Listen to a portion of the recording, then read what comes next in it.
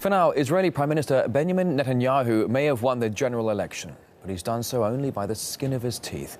Defying almost all predictions, the biggest winners were to the center, with concern over house prizes seemingly trumping that of nuclear threats. As RT's Paul Aslier reports, it may leave Netanyahu desperate enough to turn to the extreme right for help. The voting here might be in secret, but what's no secret is the result. There was never really any doubt that Prime Minister Netanyahu would win another term in office. But the nod on paper isn't matched by the anger on the street.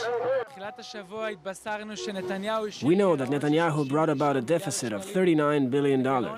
He's going to cut the welfare, social, education and health budgets. This is what the next 4 years will look like.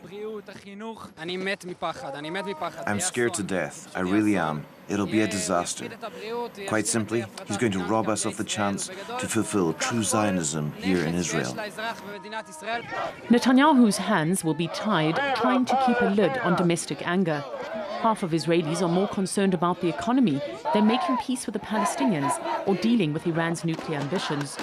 But it's precisely these issues that see Israel on a coalition course with the international community. He's continuing to build new settlements daily, not weekly. And this is really a very powerful signal to the Palestinians, to the Arab world, and to the international community that is not willing to move forward along the road of two-state settlement. This settlement was founded nearly 30 years ago by just 15 families. It's since grown 50-fold at a rate of about 100 families a year. For the world to tell me that if I'm going to build a summer home 1.5 kilometers across from my house is an obstacle to peace is absurd. The facts are such that Jews came back to their ancient land. The facts are such that we as a population are growing. I am not willing to move from my house. For what? For what peace? Netanyahu has vowed that the days of uprooting Jews are behind. He needs the support of the settlers and right-wing parties if his coalition is to succeed. A gamble American President Barack Obama has reportedly warned will lead the country down the path of isolation. It's no secret Netanyahu and Obama don't see eye to eye, and not just on what's happening within Israel's borders. I think the issue of Iran will come back to the table. It will not surprise, I think, anyone in Israel if we'll see an Israeli attack during the next year or two. For Netanyahu, he's seen as a critical threat to Israel, and two, it is enabling him to postpone the Palestinian issue.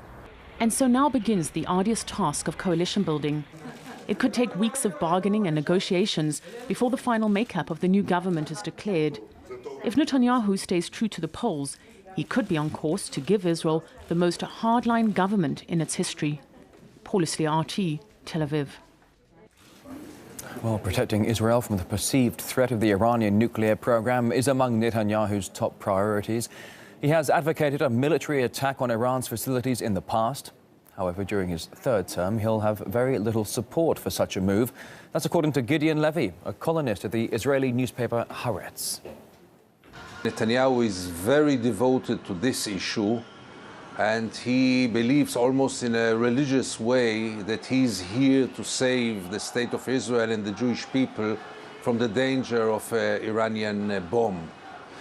But he will have it more difficult this time because, at least on this topic, he will find fewer partners who would support it. Because I think that this kind of adventure, without Minister of Defense Ehud Barak, who supported it and will not serve, most probably, in the coming government, Netanyahu will find himself more isolated. Barack Obama, in second term, no doubt that he will not let this happen. But you know, Israel does not react always in very rational terms. So I wouldn't exclude it because Netanyahu is so devoted about it.